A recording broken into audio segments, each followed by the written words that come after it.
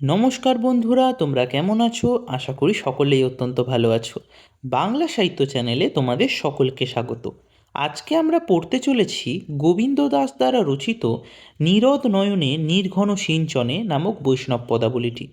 এই বৈষ্ণব পদাবলীটি গৌরাঙ্গ বিষয়ক পদ। তো চলো, পদাবলীটি শুরু করার আগে আমরা গৌরাঙ্গ বিষয়ক পদ সম্পর্কে কিছু জেনে নিই। তো এই গৌরাঙ্গ বিষয়ক পদাবলীটি জেনে নেওয়ার আগে আমরা জেনে নিই যে বৈষ্ণব পদাবলী কাদেরকে নিয়ে লেখা হয়। আমরা সকলেই জানি বৈষ্ণব পদাবলী মূলত রাধা এবং কৃষ্ণ এই দুজনকে নিয়েই লেখা হয়। এই রাধা এবং কৃষ্ণের নামধাম যিনি প্রচার করে বেরিয়েছেন তিনি হচ্ছেন গৌরাঙ্গদেব। তো এই গৌরাঙ্গদেবকে নিয়ে যে বৈষ্ণব সাহিত্যে কোনো পদাবলী রচনা হবে না, এটা ভাবাই একটা অস্বাভাবিক ব্যাপার।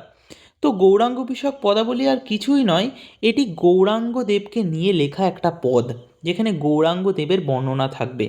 তো চলো আমরা পদটি পাঠ করার মাধ্যমে সমস্ত বিষয়টা ক্লিয়ার করে নিই। প্রথমেই গোবিন্দ দাস বলছেন, নীরদ নয়নে নির্ঘন সিঞ্চনে পুলক মুকুল অবলম্ব। নীরদ কথাটি অর্থ হচ্ছে জল ভরা মেঘ, অর্থাৎ এখানে কৃষ্ণকে বোঝানো হচ্ছে। নয়ন মানে তো চোখ, নীর কথাটি অর্থ হচ্ছে জল, ঘন মানে হচ্ছে অনেক, আর সিঞ্চন কথাটির অর্থ হচ্ছে ঝরে পড়া বা চুয়ে পড়া। তো মূলত এখানে বলছে যেই চোখের মধ্যে বা যেই চোখ জল ভরা মেঘের ন্যায়, সেই চোখ থেকে অনিবরত জল ঝরে পড়ছে, এবং সেই জল ঝরে পড়ার কারণে কি হচ্ছে, পুলক মুকুল অবলম্ব। পুলক মানে হচ্ছে আনন্দ, মুকুল অবলম্ব মানে হচ্ছে, অবলম্ব কথাটির অর্থ হচ্ছে আশ্রয়। মানে যেই চোখ থেকে অনিবরত জল ঝরে পড়ছে, সেই জল থেকে আনন্দের একটা উদ্ভিদ আর কি বেড়ে উঠছে।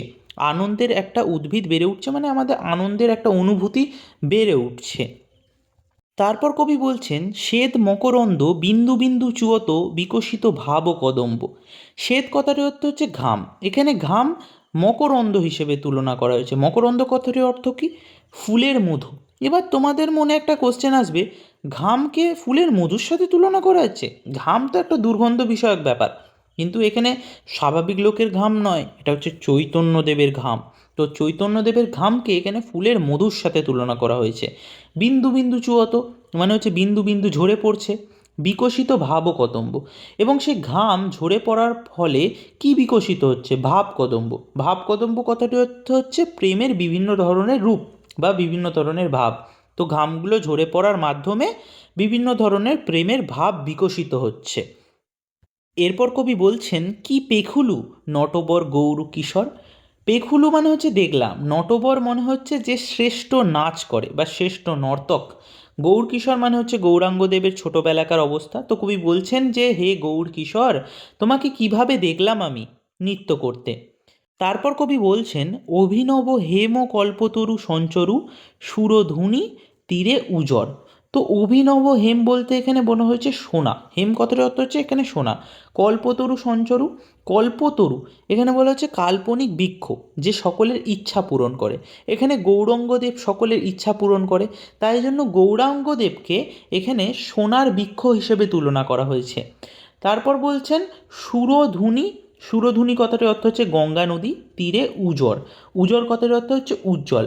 তো পুরো গোটা লাইনটার মানে এই দাঁড়াচ্ছে যে কল্পতরু অর্থাৎ চৈতন্যদেব একজন সোনার কল্পতরু রূপে সকলের মনোবাঞ্ছা পূরণ করছেন, এবং তিনি গঙ্গা নদীর তীরে উজ্জ্বলভাবে প্রতীয়মান আছেন। এরপর কবি বলেছেন, চঞ্চল চরণ কমলতলে ঝঙ্করু ভকত ভ্রমরগণ ভোর। চঞ্চল চরণ কেন বলা হয়েছে? এখানে চৈতন্যদেবের পা কখনো স্থির থাকছে না, সবসময় চলে যাচ্ছে।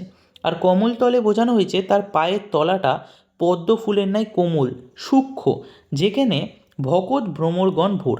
দেখবে ভ্রমররা বা মৌমাছি বা যে কোনো কীটপতঙ্গরা ফুলের চারপাশে ঘুরে বেড়ায় মধু খাওয়ার লোভে, তেমনিভাবে ভক্তরাও চৈতন্যদেবের পায়ের আশেপাশে ঘুরে বেড়াচ্ছে, তাদের মনোবাঞ্ছা পূরণ হবে এই আশায়। পরিমলে লুভোত সুরাসুর ধাবই অহর্নিশ রহত অগর। পরিমল কথাটির অর্থ হচ্ছে সুগন্ধ, লুবোধ কথার অর্থ হচ্ছে লুব্ধ বা মুগ্ধ, সুরাসুর কথাটির অর্থ হচ্ছে দেবতা বা অসুর। মানে পুরো লাইনটা বোঝানো হচ্ছে যে চৈতন্যদেবের সুগন্ধে লুব্ধ হয়ে যাচ্ছে দেবতা এবং অসুর, এবং তাই জন্য দিন এবং রাত্রি অর্থাৎ অহর্নিশ তারা অঘোরে কাটাচ্ছে, চৈতন্যদেবের মোহে কাটাচ্ছে বা মায়ায় কাটাচ্ছে। তারপর কবি বলছেন, অবিরত প্রেম রতন ফল বিতরণে অখিল মনোরথ পুরো। অবিরত কথাটি অর্থ হচ্ছে বিরামহীন, অর্থাৎ যার শরীরে কোনোদিনও ক্লান্তি থাকে না। প্রেমের রতন ফল বিতরণ, মানে চৈতন্যদেব প্রেমের যে একটা রতনের ফল সেটা সকল ভক্তদের মধ্যে বিতরণ করে দিচ্ছেন, দান করে দিচ্ছেন।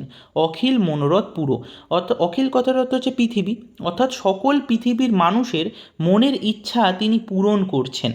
কবিতাটির শেষ লাইন, তাকর চরণে দিনহীন বঞ্চিত গোবিন্দ দাস রূহ দূর। তাকর কথাটির অর্থ হচ্ছে তার, তার বলতে এখানে শ্রী চৈতন্যদেবকে বোঝানো হয়েছে।